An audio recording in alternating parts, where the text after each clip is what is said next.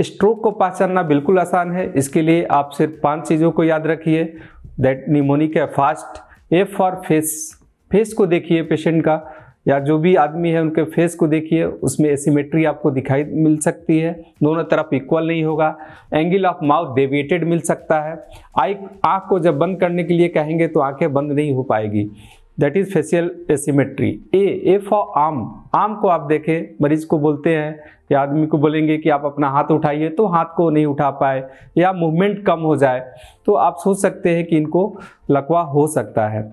S for speech, speech यानी कि बोलने की शक्ति, बोलने की शक्ति या तो कम हो सकती है, बोलने में लड़खड़ाहट हो सकती है, समझने की शक्ति भी कम हो सकती है। टाइम, इसमें टी फॉर टाइम, टाइम का बहुत ही इंपॉर्टेंट है ट्रीटमेंट पार्ट के लिए। जैसे ही पेशेंट्स को स्ट्रोक अगर आप पहचान रहे हैं या समझ में आए कि इनको लकवा मार दिया है, तुरंत अपने नज़दीकी हॉस्पिटल में जाए जहाँ पे कि न्यूरोलॉजिस्ट, न्यूरोसर्जन और न्यूरोफिजिशियन कार्य करते हो।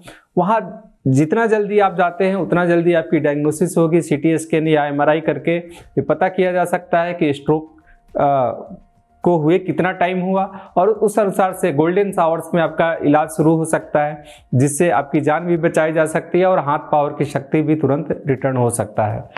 तो इस तरह से आप स्ट्रोक के पेशेंट को पहचान सकते हैं। जहाँ तक ट्रीटमेंट का पार्ट है, ट्रीटमेंट के पहले ये जानना जरूरी रहता है कि स्ट्रोक क्यों हुआ और किस टाइप का हुआ है। स्ट्रोक मुख्यतः 2 तरह का होता है। एक इस्केमिक स्ट्रोक है जिसमें कि ब्रेन को ब्लड का सप्लाई कम हो जाता है, और एक होता है हेमरेजिक स्ट्रोक जिसमें कि ब्रेन में अत्यधिक ब्लड प्रेशर के कारण कभी कभी ब्रेन की जो नसें हैं वो रप्चर कर जाती हैं और रप्चर करने से वहाँ पे खून का थक्का जम जाता है। इसको हेमरेजिक स्ट्रोक बोलते हैं। दोनों ही कंडीशन में ट्रीटमेंट्स का पार्ट्स अलग है। इस्केमिक में अगर आप गोल्डन आवर्स में विदिन 3 आवर्स में आते हैं तो केमिकल थ्रोम्बोलाइसिस किया जाता है। विदिन 24 आवर्स में आते हैं तो मैकेनिकल थ्रोम्बेक्टोमी किया जाता है।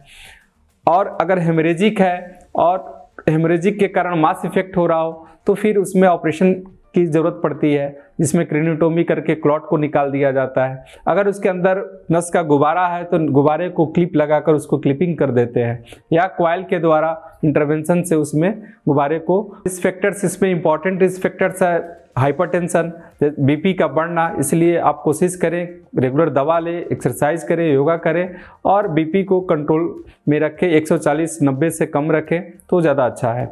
डिसलिपिडीमिया एंड ओबेसिटी, जिसमें कि किसी का एलडीएल लेवल बड़ा रहता है, एचडीएल का लेवल कम रहता है, वैसे पेशेंट्स को खान पान पे ध्यान रखना चाहिए। अनसैचुरेटेड फैट्स का ज़्यादा इस्तेमाल करें, सैचुरेटेड फैट, घी कम खाएं, डलडा का इस्तेमाल कम करें, अधिक से अधिक ग्रीन लीफी वेजिटेबल्स का इस्तेमाल करने से बॉडी स्वस्थ रहता है और लिपिड की समस्या भी कम होती है।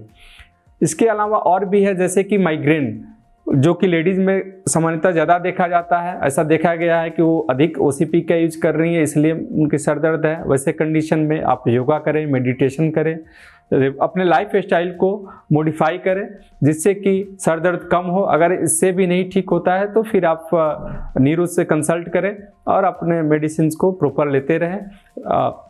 अपने समय, लाइफ का कुछ समय अपने बॉडी के लिए दें।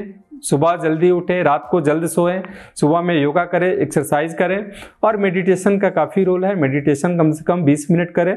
टोटल एटलीस्ट 40 मिनट्स अपने योगा, एक्सरसाइज एंड मेडिटेशन के लिए दें।